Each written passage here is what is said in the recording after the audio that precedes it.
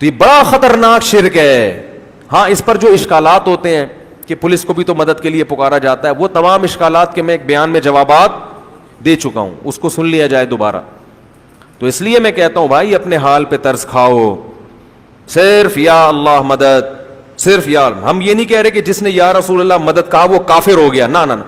کفر کا فتویٰ لگانے میں بہت احتیاط ہے, کیونکہ ہم اس سے پوچھیں گے تمہارا مطلب کیا ہے اس کا, تو مطلب میں جا کے گہرائی میں کہیں سے بھی کوئی تعویل کھینچ تان کے نکالی جا سکتی ہو کہ ہو سکتا ہے اس کا یہ مفہوم ہو, تو اس کو مومن ہی کہا جائے گا جب تک 100% وہ واضح طور پر نہ کہہ دے.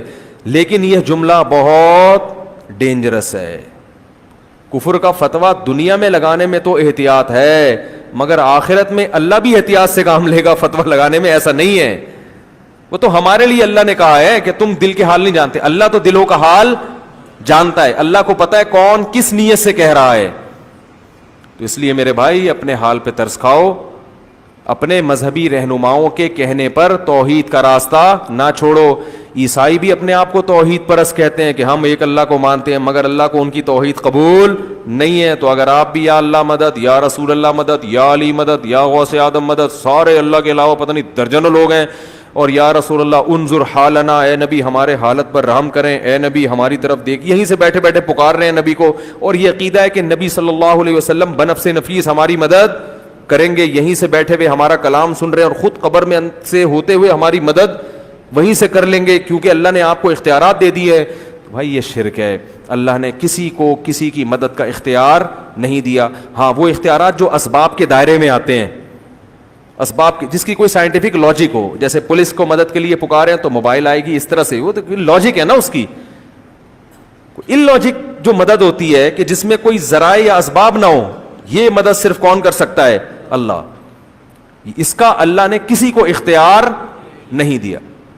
تو ہم نبی صلی اللہ علیہ وسلم کے بارے میں عقیدہ رکھتے ہیں, تمام پیغمبروں کے سردار, بلکہ بعد از خدا بزرگ توئی قصہ مختصر, اللہ کے بعد نبی ہی کا مقام ہے, قصہ مختصر. شاعر نے کیسی پیاری بات, شاعر نے کہا تم نبی کی شان بیان کرتے ہو, کہہ رہے میں مختصر بات کر کے گل ویلے دی تے پھل موسم دا قصہ ہی ختم کر دیتا ہوں. بعد از خدا بزرگ توئی, اللہ کے بعد کون ہے؟ پیغمبر. جس کی بھی تعریف کی جائے نا, اس سے اونچا مقام کس کا ہے؟ نبی کا. پھر آپ کسی کی تعریف کریں, زمین آسمان کے قلابے ملا دیں, وہ تعریف نبی کی تعریف نہیں ہوگی, نبی کا مقام اس سے اونچا ہوگا. سب سے اونچے کون ہے؟ نبی. لیکن اختیارات نہیں ہیں, بگڑی نہیں بنا سکتے کسی کی, کسی کو اولاد نہیں دے سکتے, کسی کو روزی نہیں پہنچا سکتے, کسی کی بگڑی نہیں بنا سکتے, اور چاند کے 2 ٹکڑے نہیں کر سکتے.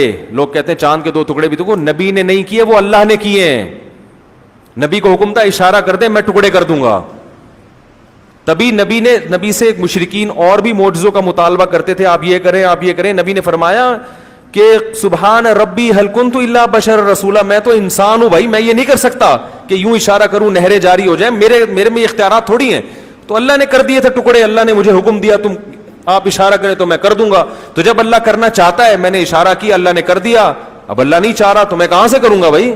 نہیں ہو سکتا. یہ جگہ جگہ نفی کی گئی ہے, جگہ جگہ نفی کہ میں نہیں کر سکتا, میں انسان ہوں. وَلَوْ كُنْتُ عَالَمُ الْغَيْبِ لَاسْتَكْثَرْتُ مِنَ الْخَيْرِ, اگر میرے پاس اللہ کی طرح غیب کا علم ہوتا, مجھے سب پتا ہوتا مستقبل میں کیا ہونے والا ہے, تو مجھے تو کبھی کسی قسم کا کوئی نقصان ہوتا ہی نہیں. یہ میں قرآن کی آیتیں پڑھ رہا ہوں آپ کے سامنے, 2 ٹوک عقیدہ قرآن نے بیان کیا, اس میں کوئی کنفیوژن باقی نہیں رکھی ہے.